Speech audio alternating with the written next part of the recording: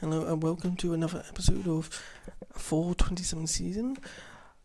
This covers the week of Monday the 16th to Sunday the 22nd. I'm a lot better this week. Some parts were recorded while I was still a bit ill, but I'm now much fresher and almost raring to go. This week we have all three. We have a pickup, we have drops, and we have our continuations. I wonder what I'm dropping this week. If you paid attention to my last videos, you'll know exactly what one I'm talking about, with alongside another sort of surprise, because I haven't actually talked about it before. It was a catch-up one. I hope you all enjoy this one and enjoy my thoughts. Enjoy. Just a quick message before we get into this. I recorded the part for Black Clover before I decided to drop it, but I'm still going to put it into the drop section. So while some of it won't make sense, I explicitly say that I'll see about watching next week. I'm not going to bother watching it next week. I've dropped it. I don't plan to pick it up unless someone screams, "Oh my god, this got amazing finally in the next 3 episodes." But right now, I have no plans to continue watching it, and I'm dropping it, basically.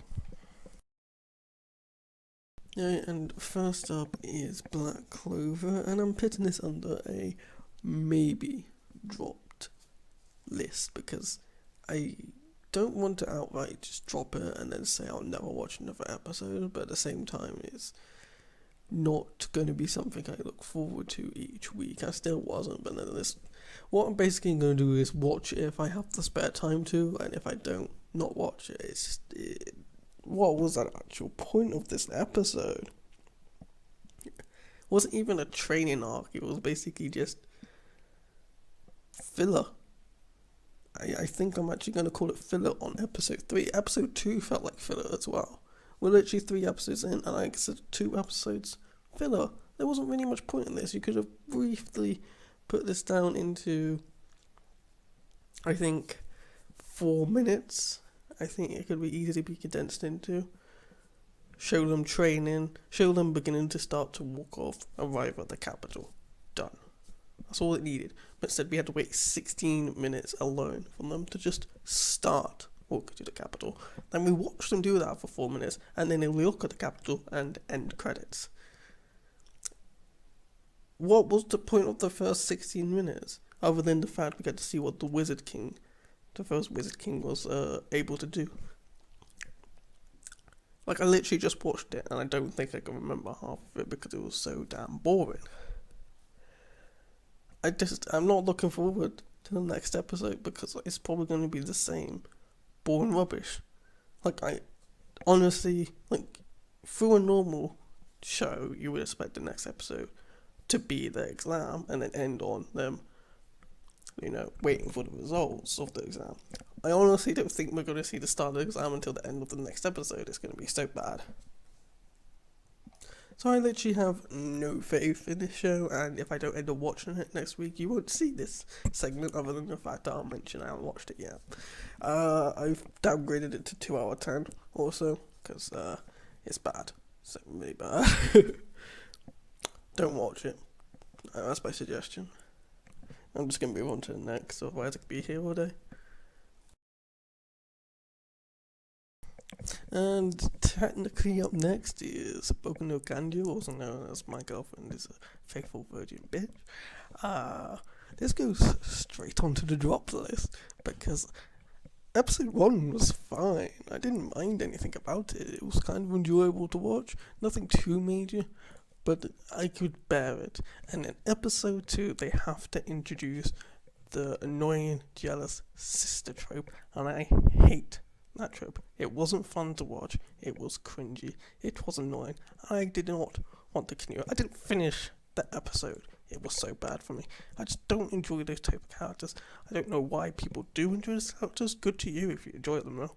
But there is nothing enjoyable about these types of characters to me. They're just there to make unnecessary fuss, and that never exists in the real world. I know anime isn't a representation of the real world, but if that was real world, I'd tell her to go and fuck herself.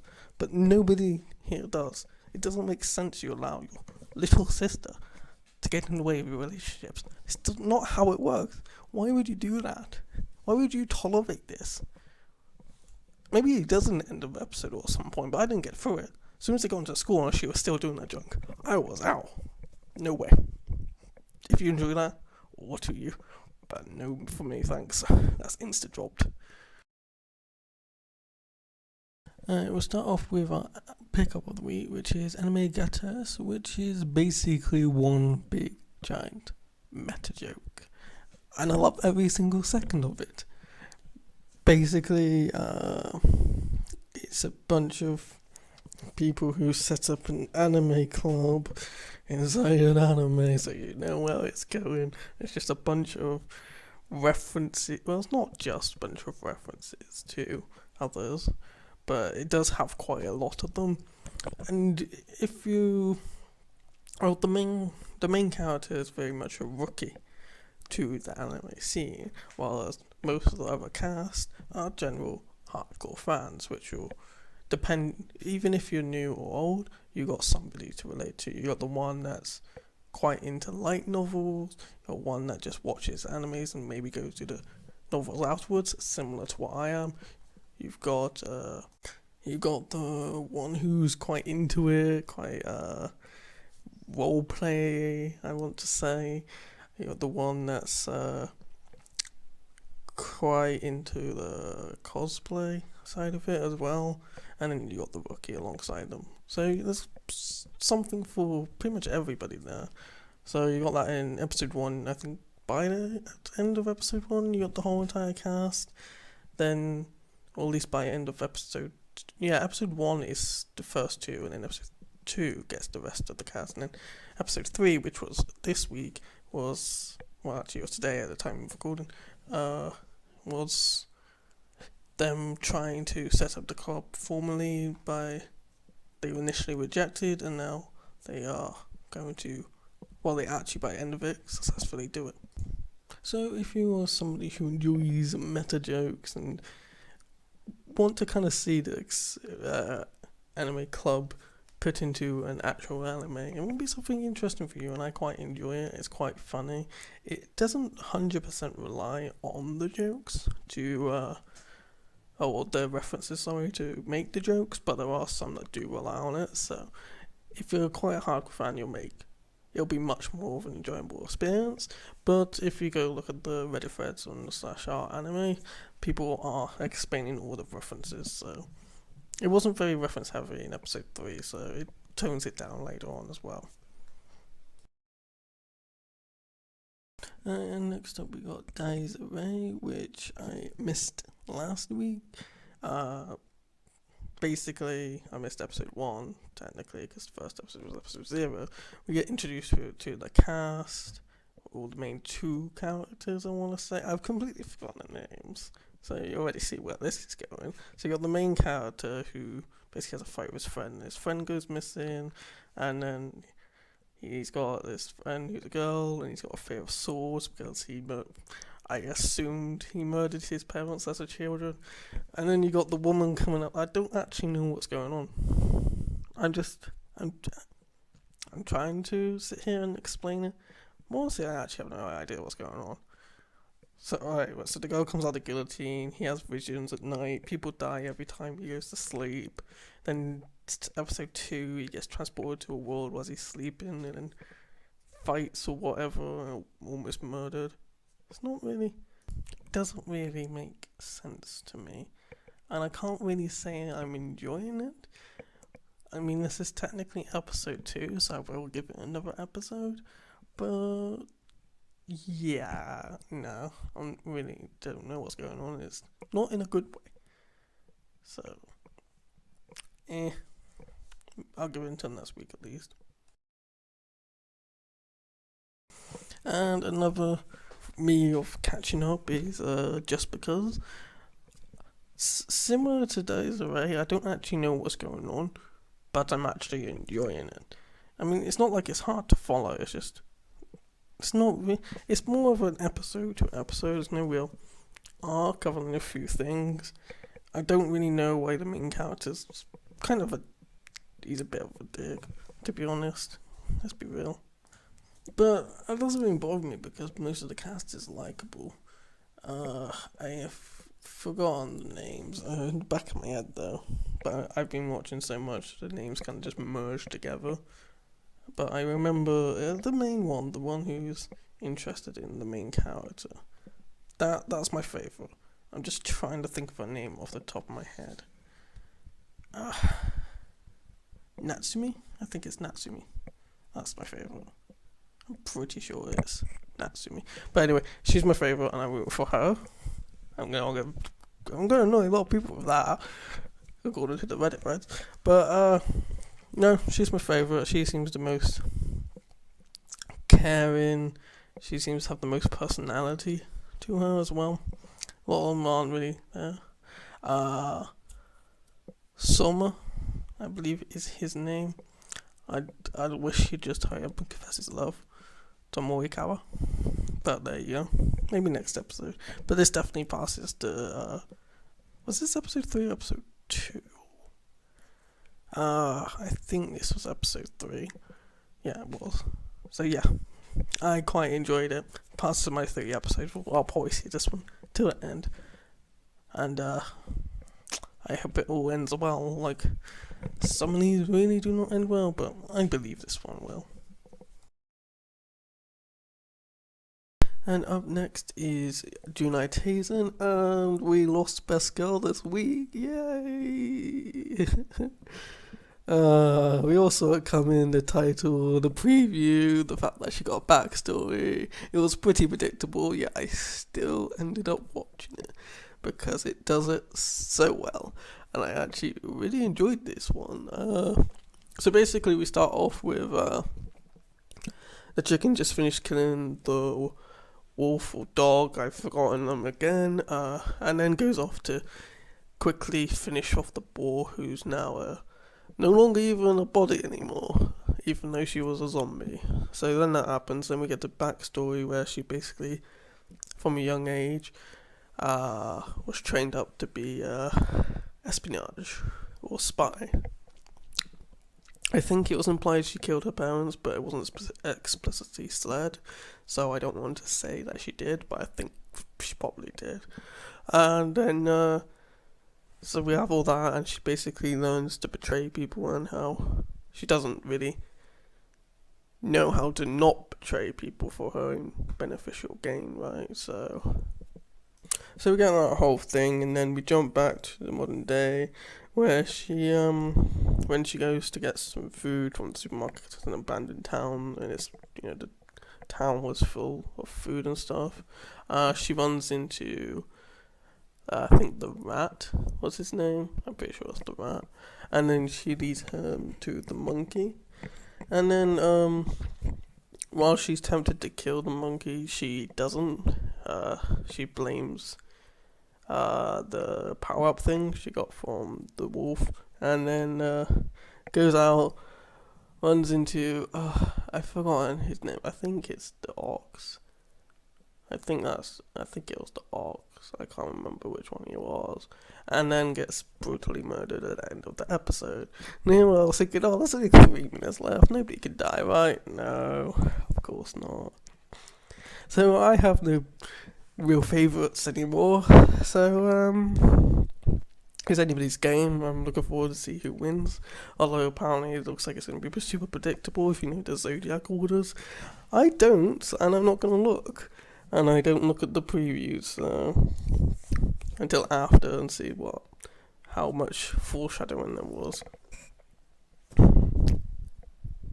Overall, I think this episode was probably the best one there was, just because it featured, my favourite.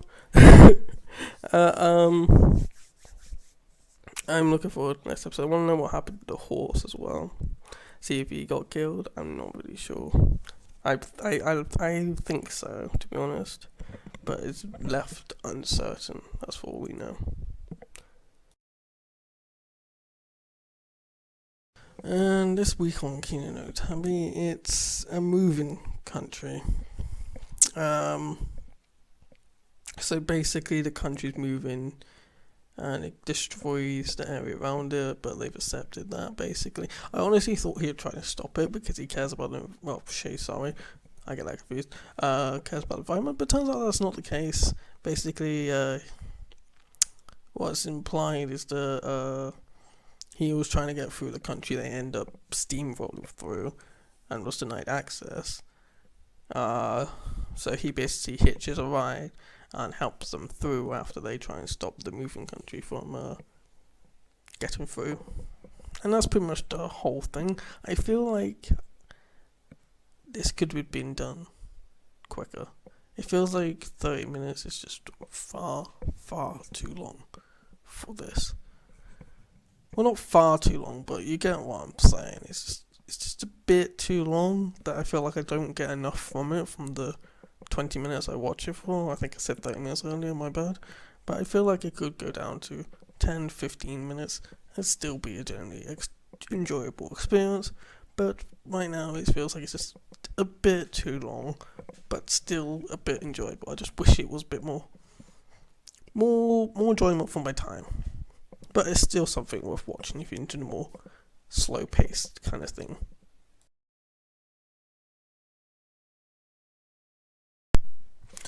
And onto Ousama Game. Basically, I see a lot of people saying, this is funny, this is hilarious to watch, it's so bad. And it's like, I kind of see where they're coming from, but I don't find myself laughing. I find myself feeling sad. Not because it's a sad show, it's because I see what they're going for. I see the potential that it has. It could have been really amazing, and it's just not there. So every time that I don't feel the emotion they're going for correctly, because sometimes they want me to feel sad, but I don't feel it in the correct way, I just get, sad. Like, no, this is not working.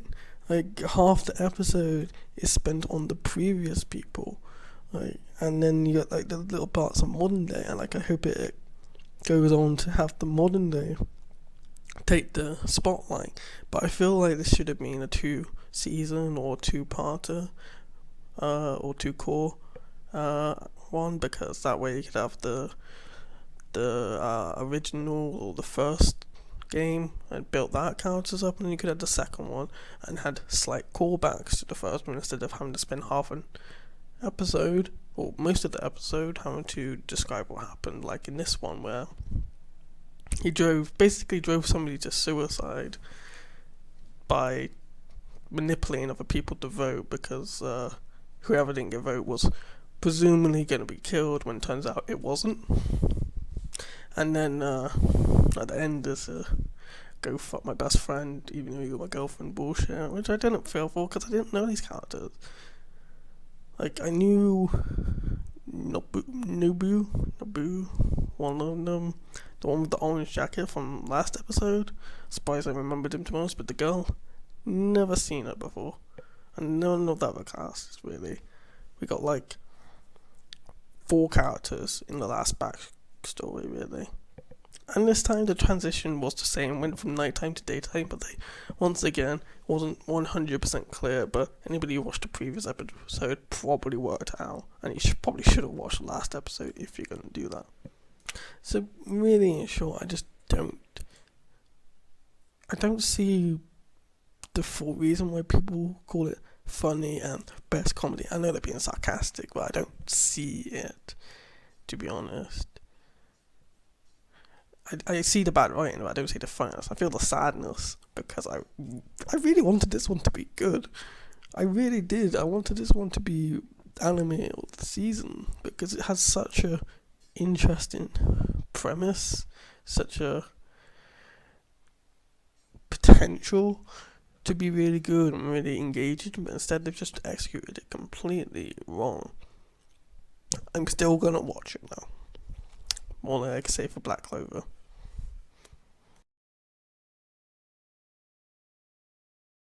And next up is Urahara, which it was a pretty low down episode this time. There was some combat, but it lasted like 6 minutes at best. Mostly it was a bit more in depth into the now life in the sort of dome thing, because at the start of the episode we find that other people are also trapped inside it as well. and basically it goes into that and how the people who can help try and help and make people comfortable, make people happy, make sure they're not too busy worrying about the big giant dome under their house, making sure they can't leave. And it was quite a light-hearted episode, and it kind of, I think the only problem I really had with it was it had a bad case of long, like it's got the same length episodes, but not a lot of content in it. I feel like it could have been a bit more condensed a bit. Maybe had something else going on too about something more going on. But it's a relaxing show. It's not something you really pay too much attention to. Something you just have and just lean back and enjoy. It's not something like Juuni Taisen where they're like, oh god, I hope my cow doesn't die, or just wondering what happens next. If you're like me. I really like the art style. I've mentioned it before, but it's really consistent, which is pretty good. Considering when people, sometimes when I've seen in animes who have done different art styles, it tends to be like hit or miss, and sometimes the consistency can wane off or just looks jarring sometimes. But this one's really gets the point across of it's goofy, it's silly, it's not meant to be taken seriously like some of these other shows, and it really does a really good job alongside the music with the OP, the ending, and also the insert songs as well. So in short, basically, if for some reason might be struggling to enjoy this, just try not to take it too seriously. It's not there to be taken serious. As I said before, it's silly, and it's just supposed to be fun and not taken seriously. Just enjoy the ride, and you enjoy it as well. And it's not going to be the best thing you've ever seen, but it's not going to be the worst thing you've ever seen either. Black Clover. Anyway, on to the next one. I hope you all enjoyed this episode. I'm sorry if it went on a bit too long, definitely with some of the rants I had in the middle of that, but I hope it was at least somewhat enjoyable and it thought to what I've been thinking this week. Next week we'll carry on with the ones that haven't been dropped. Maybe there'll be other drops, because I don't just stick to the 3 rule. I can drop at any point, so always be careful of that. But it seems so far that anything that has remained so far will be remaining until the end of the 4th season. Thank you for watching, and I hope to see you next time.